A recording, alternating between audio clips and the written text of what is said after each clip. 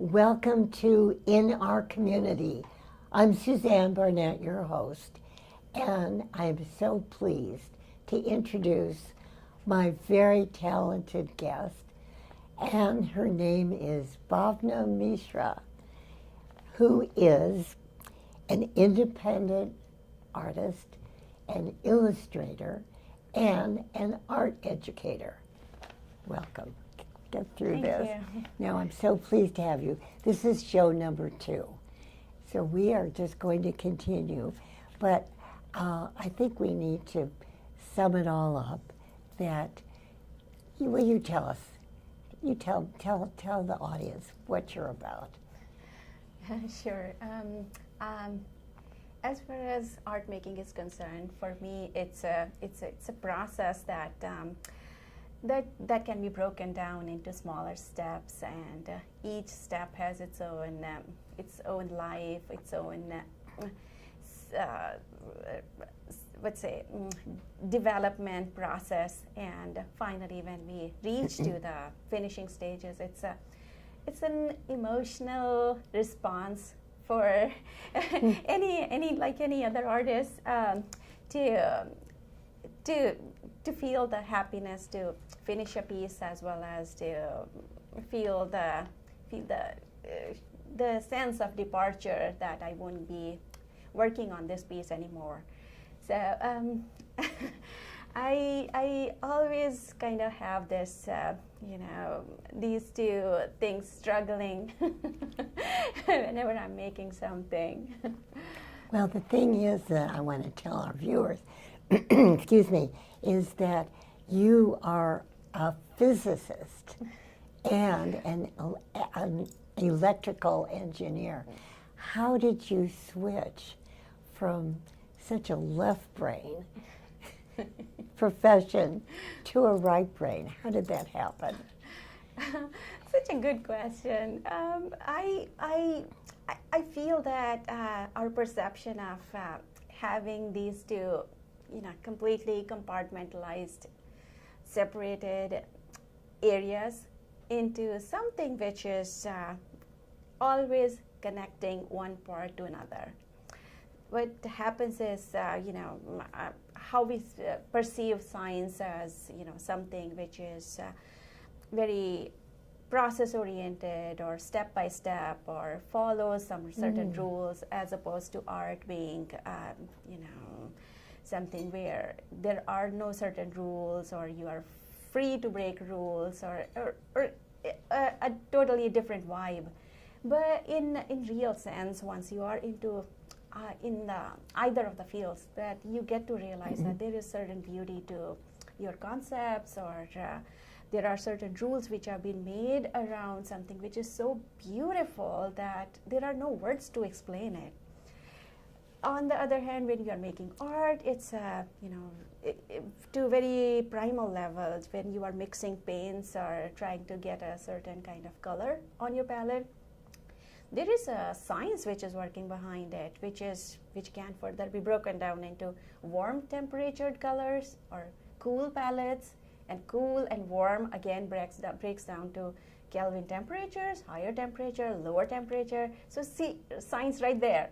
And if you are, to get a whole picture, I guess all of us are always using, the information which sometimes we know the names of, and we know what we are doing. Sometimes we do it without knowing, but we are always using science with some sprinkling of art, and art with.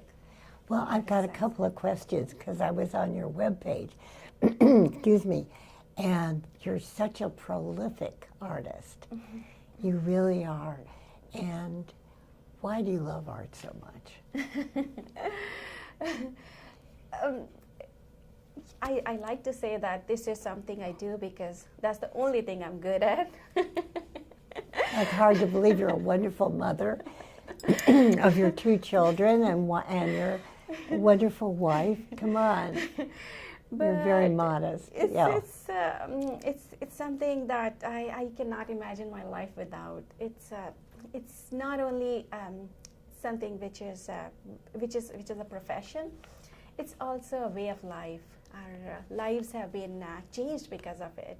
I'd say when you make art, or in fact when you make anything, it's you have to give your 100%. Otherwise, it's what's the point in making something? So when you do that, it's always fair to take something out of the other aspects of your life. And if I'm saying that my art is making me go into one direction with so much intent that sometimes I have to put rest of the things out of focus. And by that, what I mean is I have to sacrifice my evening life. I cannot go to parties. I eat certain food.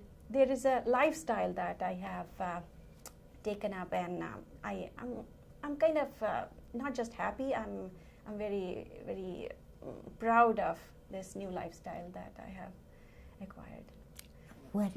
That is fascinating.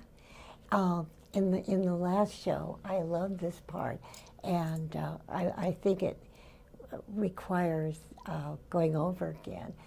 The way you talked about doing portraits, would you tell us? I love that part. Sure. Portraiture has a very say direct impact on everyone, on the viewer. As an artist, it's definitely a challenging process each time I make a portrait. But also as a viewer, as a critique, it demands a response. You cannot look at a portrait and not have a reaction to it. So that's something I really like about it, that portraiture has an audience right from younger kids to older people. So everyone and anyone has opinion about portrait. And I really like the fact that not just the person whose portrait has been made, other people always have some reaction to it. And I really enjoy that one-on-one connection that we have, or as a group we have a discussion, if you like, or some kind of fluidity that it brings to the discussion. I want to ask you a question. What if the person that you did the portrait of doesn't like it? What do you do? What do you do? I want to know. I believe if they don't like it, over time they would start liking it. I mean, that's a terrible question. No, it's actually, I'm so glad you asked me that, because no matter how I do my portrait, if I'm doing it from a picture, if I'm doing it from live, my final stages are such that my sitter is not present. So I want to present it as a surprise to my sitter. Always. It's a gamble. That I always run into this insecurity that my sitter won't like it. And I think that's the best part of this very lonely process. It gets very lonely sometimes that you are all by yourself making some art. And so it's kind of, if you think about it, it brings that rush into the final stages of the work that my sitter would have some opinion about it, hopefully positive, but yes, there is always a certain chance that they won't like it. And the reaction is, the first impression is always very conspicuous. You cannot hide it. And I look forward to that very reaction, that once they see their portrait for the first time and how they react. So coming back to it, what if they don't like it? Yeah. So I have yet to experience that. Is that right? They all have liked it. Well, I'm not going to ask you how many portraits you've done, but I will. Sure. No. No, I would love it. Actually, I try to draw, at least not in color, but in pencil, or to have a portrait, at least one every week. So you've done a lot. I have done a lot, yes. Tell the part, though, that you said before, that there's something that you see in the person that really calls out to you, that you put into that painting. And how do you do that? Remember we talked about that? Yeah, this is such a nice thing that you asked me. It's you know, I think it has something to do with the connection that you make with the person that you are making a portrait of. And you know, there is a point when you know, it's more like you know, any relationship. When you have with someone, there is certain thing about that person. Sometimes you can put a finger on it, sometimes you cannot. Sometimes you just know that you like somebody. So it's just like that. So I keep in mind that if I'm meeting a person for the first time, for example, and that person I haven't met before, is not my friend, not a relative, or you know, I try to see what is that something which made a first impression on me. And as we talk about the process, as we set up to do the photo shoot, or we choose to meet, you know, afterwards to do different sitting, or I always like to keep in mind that you know, that very first thing that moved me, and then that's my starting point. And as I get to know that person more, I prefer not to, let's say, know more about their exteriors and, you know, the exterior qualities, where they work or how old they are, or, you know, where they stand as such. So I try to keep it as neutral as possible. And then I start to build around it. And sometimes, you know, I have to know that, you know, who they are, because sometimes they want something in their background, or they want to show something. If it's a doctor, you know, they probably want to show their white coat, or those. Apart from those things, I try to start from the core of their personality, and then I go externally. And I feel that because of this approach, because I don't run after the likeness kind of follows it. I just can't think. I'm an artist, but I can't. I design. I can never do a scene. I could never do a portrait. So to me, that's just so impossible. And from early art, you see these awful portraits of these people, you know, and they're these famous people. But to me, I think that aspect of art, that medium, would be the most difficult. Would you say that's one of your favorites? I've heard it. I've heard that before. That because I remember going to one of the community college classes, where they taught. Why I went to that class, I'll tell you. But in those classes, they would go, you know, step by step. You know, you learn this first and that, and then. So our final exam was on portraiture. And that got me thinking that why is it so? And my instructor said, oh, obviously because the portraiture is the hardest genre, and you know, we cannot teach you right. And that was a little bit of a surprise for me, because at that point, only thing I used to do was portraits. So I guess it's just a personal preference why I like to do portraits. And like I said, it's without knowing the technicalities of, you know, how light should be, what angle that should be. I think because I don't really learned it in an academic environment as such. I just learned it, let's just say, from what I thought was right. So it, I think, never really intimidated me as a hard area.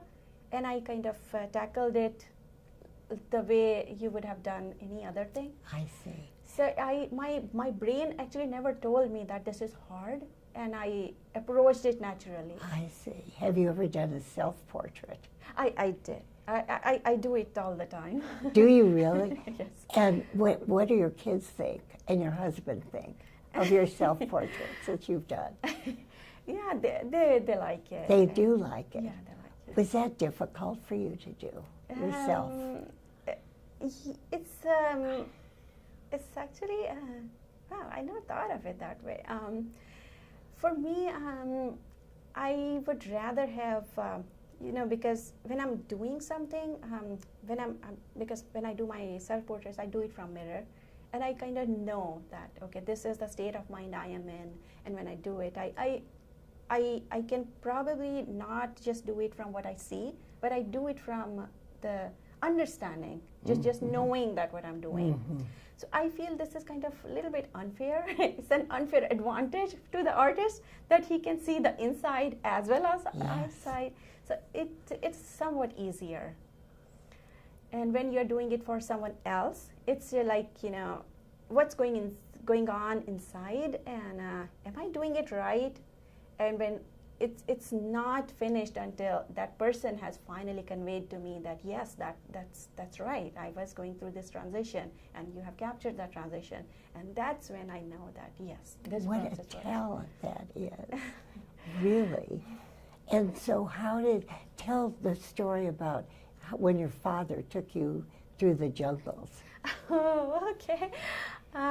Yes, my father is a retired forest officer, and he loved his job, which also means that he was away from family a lot. And to make up for the time that he would not get to spend with us, he took the family with him when he was going out for the forest inspection tours.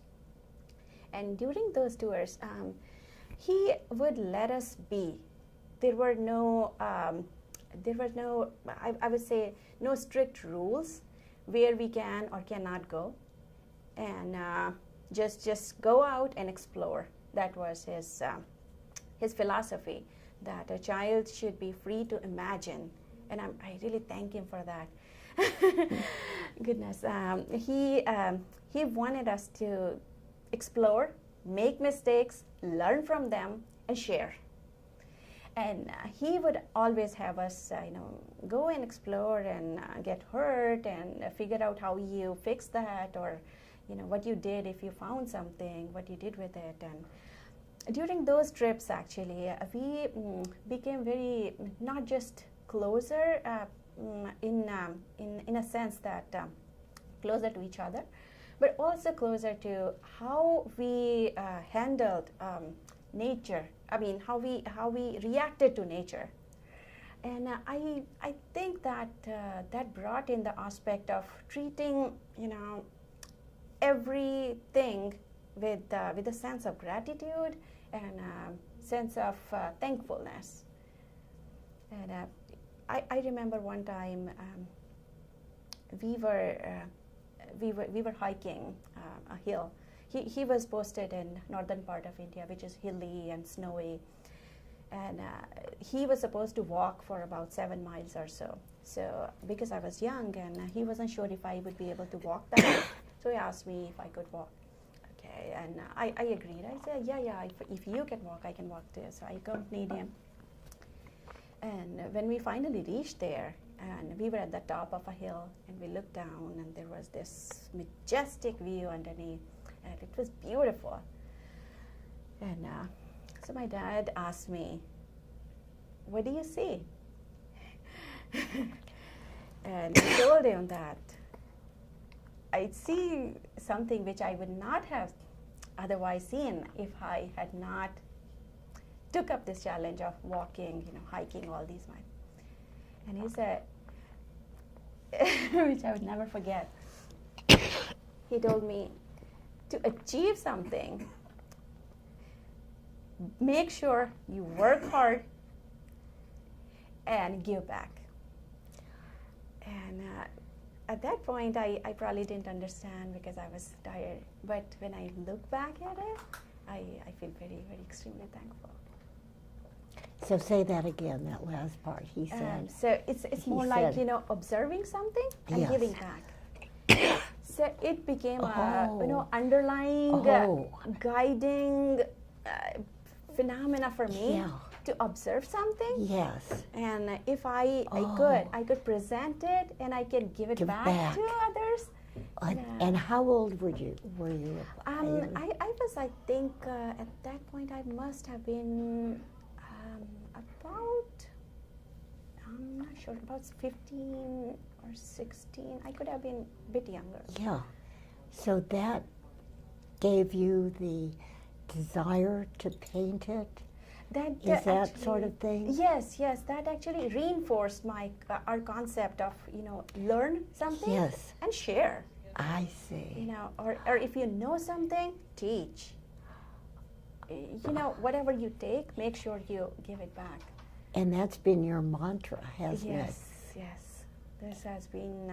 Because you're a teacher too of art. Oh, I bet you are a wonderful teacher. I'll leave that to my students. No, yes. And I was going to ask you something. Would you say that in your lifetime, because you've been an artist practically all your life, even when you were a physicist, you were still doing art, painting? Oh, you were? Yes. At that time, yeah. So from the time you were just a little girl, you've been a painter. Are your kids a painter? We were going to talk about that just a little bit. Yes, my kids actually, I feel that kids have this very uninhibited, non-judgmental sense of exploration. And if you encourage them in the right direction, they flow like water. There is no, and if you are, I think, not following, if you're not choosing to see how they think and how they want to express themselves, then things kind of become hard. So taking that clue, I let my children watch me walk in and out of the studio and pick them. I have them pick whatever they want to, any media, any style, any art form, and I give them a little bit of push only when if I feel it's necessary or if they ask for it. So they're both artists. They both make art, yes, and it's very nice to see that they both have their own styles. Yeah. Which is way different than what I do, and they make it, as a supplement to some of their other works, and sometimes they use it as a channel to express or to surprise, and it's. Or to keep, to very basic level, just to keep themselves busy. So it could be it's an all art family. What about your husband? Is he a painter too? I wish I could say that, but he doesn't want, probably he won't want me to say this, but I feel he has a very beautiful way of how he treats others. It's wonderful to see him, treating other people with so much respect, so much compassion. It's beautiful, and I feel that it's if he wouldn't have given us that kind of environment, rest of the things probably would not have blossomed the way they do. You are a very happy person. Yes, aren't you? Yes. As long as you can always do your art. Would you mind giving your webpage or how we can get in touch with you? Yes, sure. It's my website is my first name, my last name as one word.com. So it's BHAVNAMISRA.com. Or do it again. Sure, it's bhavnamisra.com, or easier would be if you just Google my name and my website will come up. because your webpage is divine. Because I didn't know anything about you, but thanks to our technology, and I got on your webpage. I thought, my God, this is a lot of art, and that's nothing compared to all these years. Yeah. Yeah, now good thing you say this, because it's my technical background comes in handy. I can change my website on my own, and I see that some of my artist friends, they don't have the technical knowledge to keep up a website, although they have a lot of work that they want to share. But so you see how the science is blending with art. Yes. And I would encourage, if any of your viewers want any kind of help, getting their website up and running, I do that for free. I really enjoy doing it. Do it for free. Yes. Oh. And most of my classes, unless otherwise it's something too heavy on technology, or it requires some kind of softwares and stuff, most of my classes are free, and I enjoy doing it. That's why I do it. What do you do for fun? That's my final question. Okay. What a dumb question. I'm just being facetious. I am. Yeah, I feel that when my work is such that I cannot call it anything less than fun, but if I'm not making art, I like to be outside, and I really feel that everything, like I said, has a spirit, or if you say, their own sense of friendship, I guess. Yeah. And I once I'm outside, once I'm with the nature, I feel a lot of harmony, and it's just so much fun. Well, I can't thank you enough for being on this show. You are really an inspiring young woman. You really are. Thank you so much. And those words mean a lot to me. Oh, no, I mean that with all my heart. I really do. And I only wish you and your family the best of health. And you're so successful now, but I hope it continues. Thank you so much. And I would love to have you on Suzanne's Studio, which is my production show. Okay. Yeah. All right. Wonderful. I look forward to it. Thank you so much. Thank you so much. And I want to thank our darling Robin, who, this is such a fun TV show, Robin. Thanks to you, too. And Mark Potter, our producer, and our wonderful station, KMVT. And you know what? I can't wait to see you next time. Bye-bye to all my viewers. Thank you. Thank you. That was fun. You are unbelievable. Come on. No,